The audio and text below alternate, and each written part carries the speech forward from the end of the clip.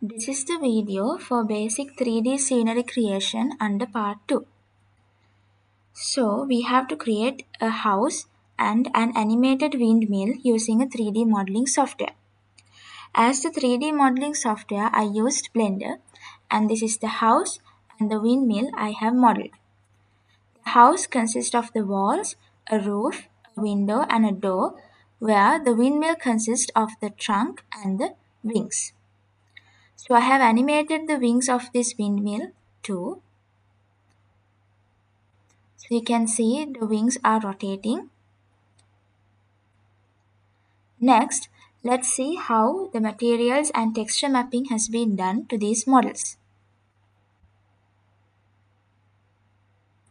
So for the walls, the doors, door frames and the windows, and for the trunk of the windmill I have applied color materials, and for the roof and the wings of the windmill I have applied a wooden texture I downloaded as an image from Google.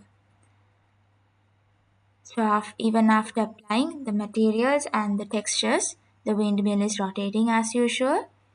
So this is the end of basic 3D scenery creation under part 2. Thank you.